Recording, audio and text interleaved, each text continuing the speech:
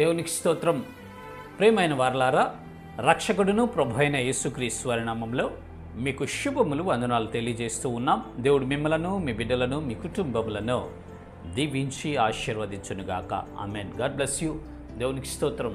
హల్లెలూయా. ప్రియమైన దేవుని పిల్లలారా, మీరు బంధకాల్లో పడి ఉన్నారా? ఒక వ్యసనము చేత పట్టబడి బైండ్ ఓవర్ అయిపోయి ఆ వ్యసనముల నుంచి బయటికి రాలేక సతమతమైపోతున్నావా? ఓ సహోదరుడా, సహోదరి, నీకున్నటువంటి ఆ దురలవాటు నిన్ను రోజు రోజుకి కృంగతీస్తుందా?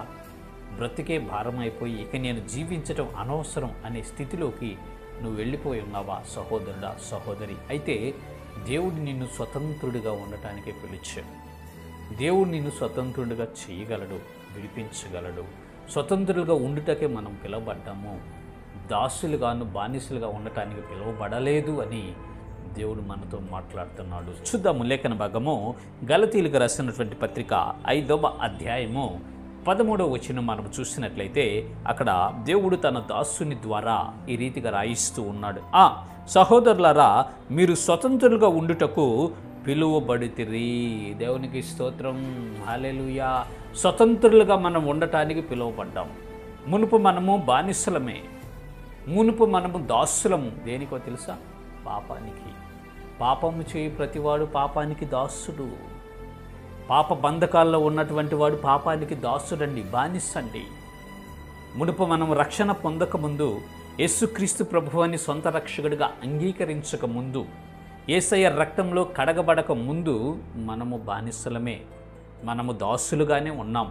ఈ లోకానికి, సైతానికి, పాపానికి మనము దాసులుగా ఉంటే దేవుడు తన స్వరక్తము ద్వారా, యేసు ప్రభువారు తన మరణ త్యాగము ద్వారా, ఆ అమూల్యమైనటువంటి రక్తము ద్వారా మన బంధకాలను తెంపివేశాడు, మన బానిసత్వమును విడిపించాడు, మన ఈ బానిస బ్రతుకును తెంచివేసి, దాసత్వమును తీసివేసి స్వతంత్రులుగా చేశాడండి.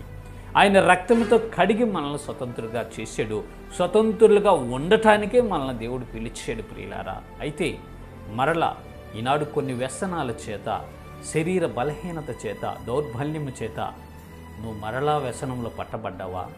సహోదరుడా, సహోదరి, మరలా ఒక దుర్వ్యసనంలోకి నువ్వు వెళ్ళిపోయావా? ఒక దురలవాటులోకి నువ్వు వెళ్ళిపోయి పదే పదే పదే పదే అదే పాపము చేస్తూ అదే బలహీనతలు పడి నువ్వు కొట్టుమిట్టాడుతూ ఉన్నావా? సహోదరుడా, సహోదరి, అయితే దేవుడు నీతో మాట్లాడుతున్నాడు. ఆయన మనలను స్వతంత్రులుగా ఉండటానికి పిలిచాడండి. స్వతంత్రులు చేసే శక్తి యేసు ప్రభు వారికి ఉంది. ఆయన యందు విశ్వాసం ఉంచండి. ప్రభువా, నా స్థితి ఇది అని యథార్థమైన మనసు కలిగి మీరు ఒప్పుకొని విడిచిపెడితే ఆయన గొప్ప కనికరం మీరు పొందుకుంటారు.